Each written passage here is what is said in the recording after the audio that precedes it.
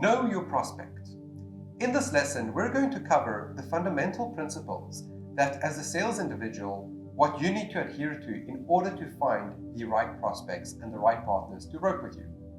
So the first thing that we're going to do is we're going to do research on these companies. We're going to identify if the individuals behind the business are competent to operate a business, are they skilled, what is their track record, and we need to do research on that person. Remember, behind every business, there's an individual. And if that individual has a track record that shows that they're not competent in running a business, or they've hit many failures and hurdles, then it's very important that we identify that early on before we continue developing a relationship with those individuals. Once you've identified if a prospect is the right prospect to work with, that could mean going onto LinkedIn, checking their profiles, seeing if they've bounced around through many companies, how long has their company been in action for, how many employees are in that company, what is the profit of that business. And these are things that if you're intrigued and maybe you don't have this information, is to set up a consultation and a meet with them. So when you do speak to the business owners, identify what is their net profit. Generally, if a business owner does not know and what their net profit is, what their expenses are, those are generally red flags. Ideally, work with individuals that understand the theory of business and how business operates, so that you can identify from a sales perspective, if you want to sell them a product or service, that they are able to afford your products and services. Also, if they're not, and they are potentially still a good candidate to work with you or buy your product, you can still identify and add value to them by working out and presenting to them to understand what their net profit is, what are their expenses, so that they can make better decisions. And that also puts you in a position of authority and power, and that they will listen to you and will be more likely to purchase from an individual that educates them on the principles of business.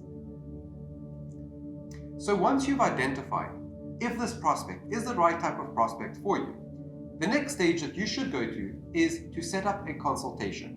Remember, it is not a good idea to consult with a prospect over the telephone. Ideally, it's to sit face to face with them.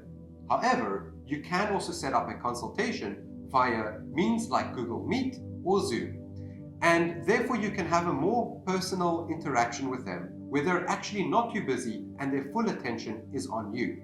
So remember, your first interaction is to get them into a consultation. That is your goal. It's not to sell them a product, it's not to put money in the bank account. Remember, we're avoiding the one-night stand approach. We're looking to develop a relationship, and a relationship that is sustainable with the right prospect. In your consultation, it is very important that you let the prospect speak. You see, the 50-50 rule when it comes to investment, the idea is the person who speaks the most is going to be most invested. So it is very important that you let the prospect speak as much as you can. However, when you feel that they are approaching that point where they're doing all the speaking, it is your job to direct and frame that conversation towards your goal.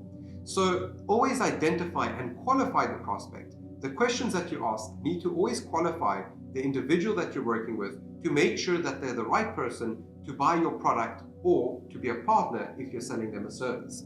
So asking them the right questions to understand their business model and to understand that you can actually provide them a solution. And always remember to unlock that hot button. Every single individual has pain points, they have fears, and they have objections. So being an active listener, listen to the words that they're speaking.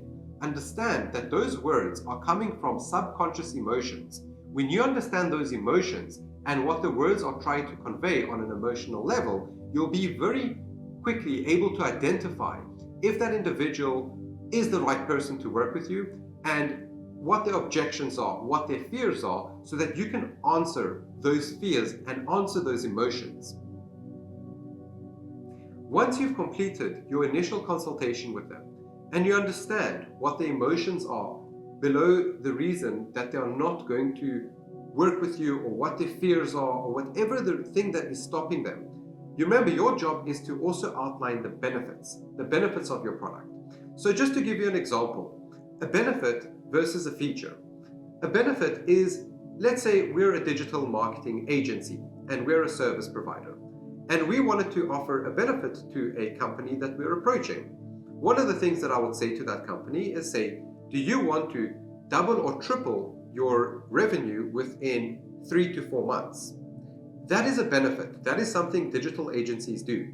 How they do that is that they take an initial investment. So let's say we're taking 10,000 of whatever currency that you have, and you take that currency and you multiply that by 20, 30 or 40% or even 100%.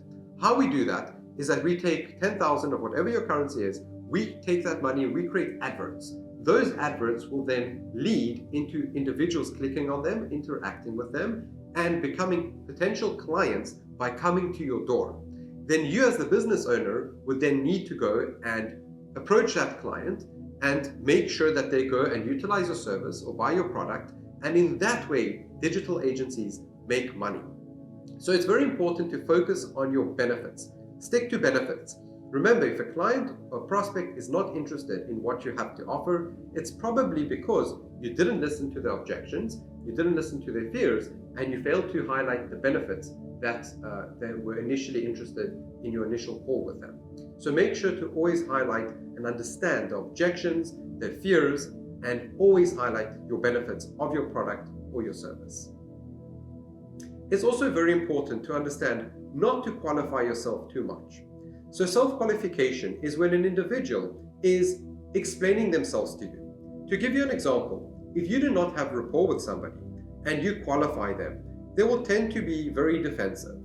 To give you an example of what qualification looks like is, why are you standing there? Why are you looking at me? Why do you think you're good enough for me? And so individuals, unless they have a rapport with you, they are not going to like to answer those questions. How you can identify if a prospect is ready to take the next step with you and is showing a lot of interest, you'll find that your prospect will be a lot more self-qualifying. They're going to qualify themselves without you even asking them anything. So it's very important to make sure that they see you as an authority, an individual of status and power.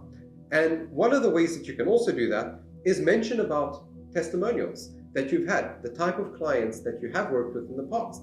Build up your reputation with the client.